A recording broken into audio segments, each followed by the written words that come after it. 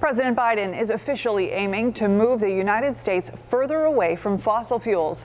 The president signed an executive order that will lead to half of all vehicles sold in the U.S. be zero-emission electric vehicles by the year 2030. Several high-ranking auto executives joined the president at the White House. He says this will help the environment and move the economy into the future. If we act to save the planet, we can also come out of it better. We can create millions of good-paying jobs that generate significant economic growth and opportunity and raise the standard of living for people not only here but around the world. Electric cars are more and more popular, but the country has a long way to go to hit that 50% mark by the end of the decade. Let's look at California, which has set the bar for pushing towards electric vehicles. Its energy department shows there were about 635,000 electric vehicles at the end of last year. That's about 2% of the total vehicle population in California. Right now, 12% of vehicles across the country must be zero emission. Tonight, Jeff Rusak looks at what it would take to hit that 50% goal in the next decade.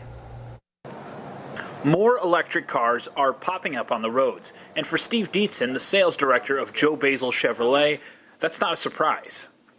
Were you skeptical at first? I think everybody was. Yeah. I think everybody was, but the first time you get in and you really, push down on that gas pedal, the performance speaks for itself. Learning about the plan to have half of all cars sold by 2030 be electric, well, that wasn't a surprise either. No, not at all. He says virtually nothing changes for the way they sell the cars. It's even less work to maintain the EVs. Now, what does this mean for all the people who work in the automotive industry right here in Western New York? Well, they hope to be a part of this change.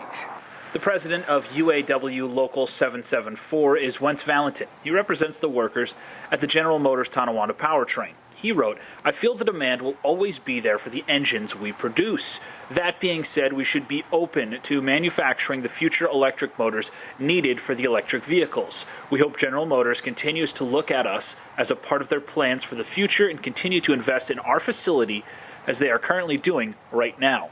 GM released a statement about the plan for 2030. It reads in part, "We will continue to work with the Biden administration, Congress, and state and local governments for implementation of supportive policies for the benefit of our workforce, our dealers, our customers, and their communities." The two electric vehicles sold by Joe Basil Chevrolet are the Bolt and Bolt EUV, which start at $31,000 and $33,000. They can travel up to 250 miles on a single charge. Jeff Rusak, 7 Eyewitness News. Buying an electric car will cost you more money up front, but you will start to save money in the long run. A Car and Driver study says the average price of an electric vehicle was a bit more than $55,000 in 2019. That was actually a drop of about 13% from the year before. Now, compare that to $36,000 for a new fuel-powered car or truck. But look at the fuel savings. An e-gallon is about 61% cheaper than the average gas price in the U.S.